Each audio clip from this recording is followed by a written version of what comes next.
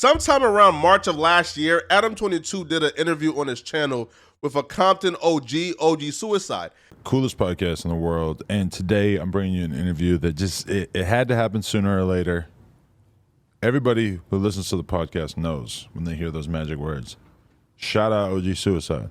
Now, they talked about various things, including OG Cuicide attempting to self-delete himself at some point. I'll say, because also, you know, I'm a suicide survivor as well. And what age did that happen at? I was 22 years old. Oh, that young. Okay, I'm Yeah, I thinking was that was 22. going to be later in life. After the interview, Adam was really moved by OG Cuicide's story, and the interview did crazy numbers as well, so they began a working relationship. So when Adam moved No Jumper to a brand new office with multiple rooms, OG Cuicide started his OG Cuicide in the Building podcast. Now, the agreement, from what I understand, would OG Cuicide would have a podcast on his own channel.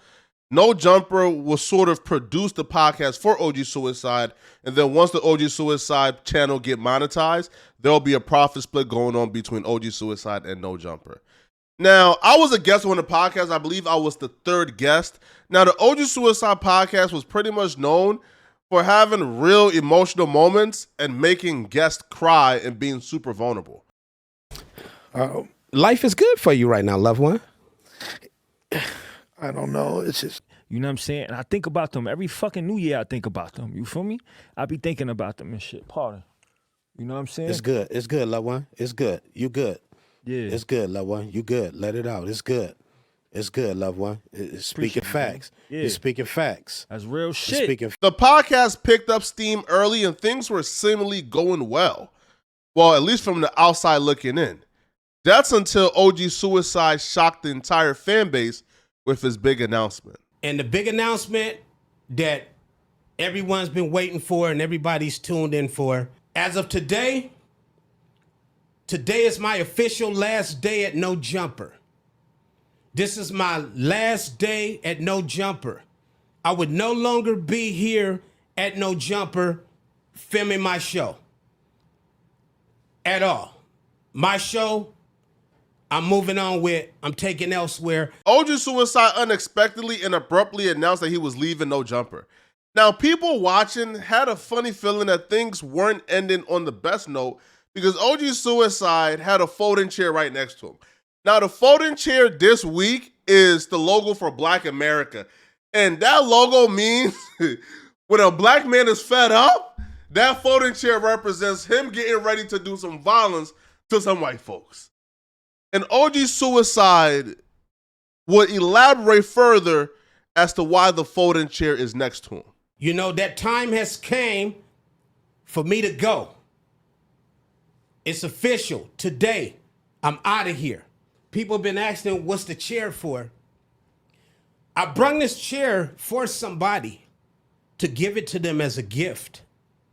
But unfortunately, they not here. You know, because I was trying to give charity to somebody. You know, that's why I got this chair here. Because this chair speak volume. And I thought I was going to be able to let it talk, but I guess not. But guess what? I'm out of here. Fuck off. OG Cuicide basically said in so few words that he brought that chair to connect that chair to Adam22's face. So with those statements, everybody knew at this point, okay, things weren't ending on the best foot and that things were actually ending on a bad note.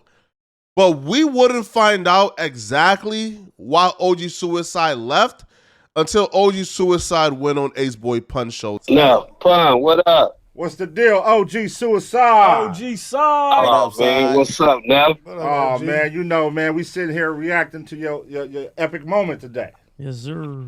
Everybody like, oh, you know, he quit because of the gay crip. Man, my thing is this, loved one. The real issue, man, is after all my loved ones left for me, the only reason nobody didn't come up there and touch that place because I was still there. Right.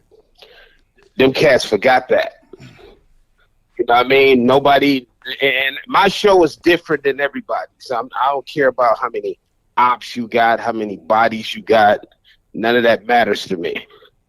Them cats wasn't putting no shine on my show, so what's the purpose of me being here? And plus, I ain't on the payroll anyway. OG Cuicide basically told Pun that he left No Jumper or he quit No Jumper because he wasn't being promoted and he wasn't being paid anything. That's all. But that's my main thing, you know. Yeah, don't say you got a person back and y'all ain't even pushing this positive. Y'all more focused on, you know, the negative side of things. When OG Cuicide basically told Pun that he left No Jumper or he quit No Jumper because he wasn't being promoted and he wasn't being paid anything. Adam would take to IG Live to rebuttal a lot of the things that OG Cuicide stated.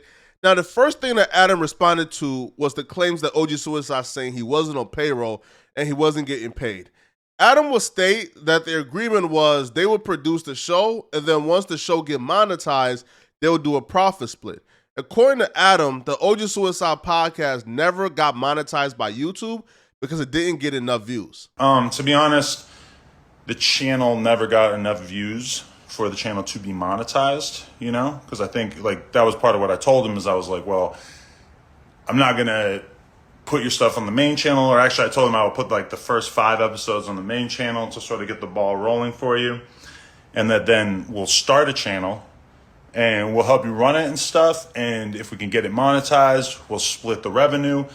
That being said, it never got to the point where we could even monetize it, so no money was ever earned by this channel, right? Adam would also expound on where he believes the relationship between him and OG Cuicide began to unravel and take a turn for the worse. And then there was like 2 little awkward things over the course of the past couple months. There was one day where I was doing interviews. I had like 2 interviews lined up, and they ended up both going a little late.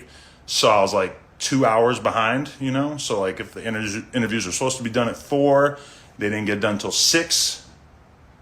OG Cuicide was there. He was waiting. He was supposed to interview somebody. And he didn't say anything to me, but I could kind of like feel the vibe. And then I guess he said some stuff to some of the other employees that was a little weird.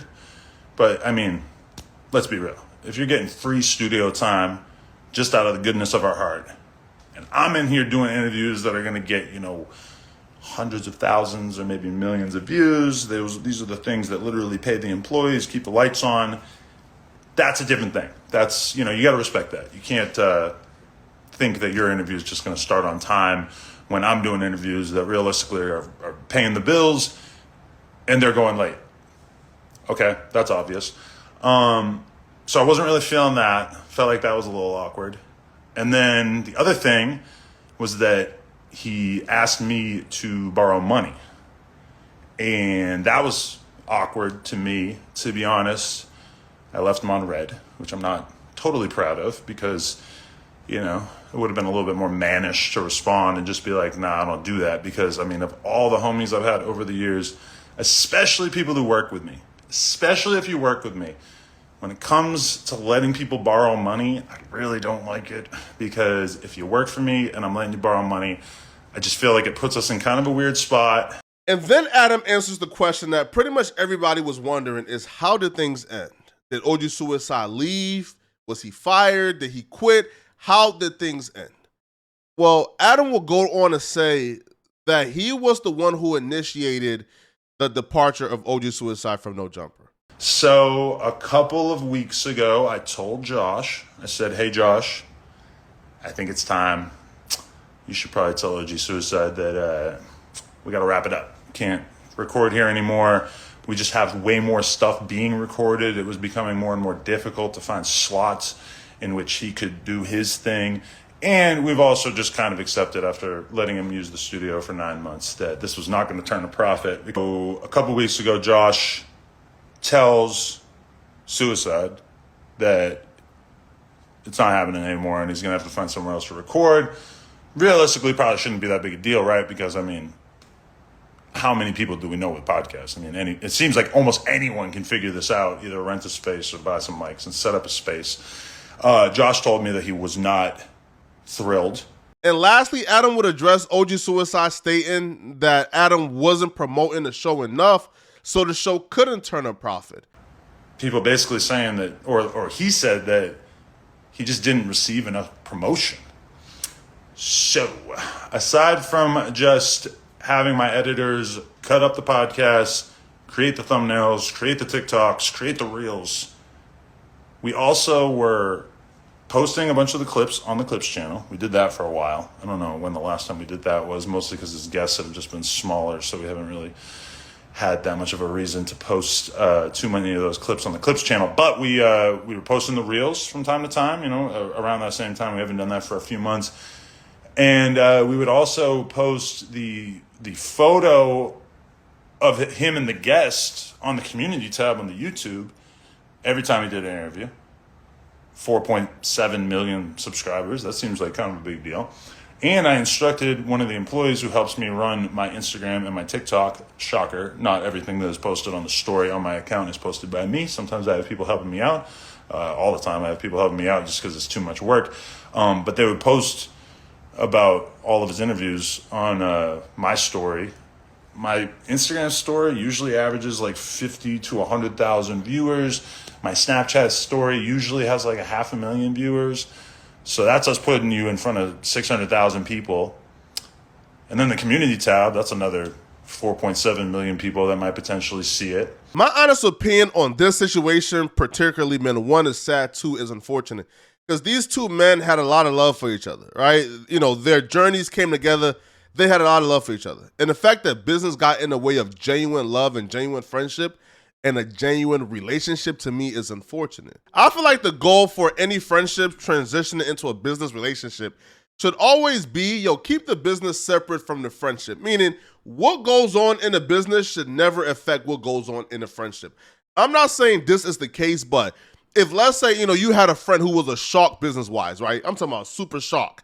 And he got up over on you, right, in terms of the business. I feel like, again, your friend getting up over on you, right, during business, that's kind of scummy. But I still feel like, in my head, you should treat that as an isolated business relationship, and that shouldn't affect how you treat them in your friendship and vice versa, right? So in this situation, man, it would have been fortunate if the business would have ended, but the friendship would have continued. Now it seems like the friendship and the business have ended, which is sad, right? But I'm not going to pick sides in terms of who's right and who's wrong. I'm going to leave that up to you guys, since I know both these men personally. So y'all let me know in the comment section, man, whose side are you guys on? OG Cuicide or Adam22, right? But before you guys leave, check out this video right here to find out why Charlemagne's legacy is at risk if he doesn't stop doing this. I'm going to see you guys in this video. Peace.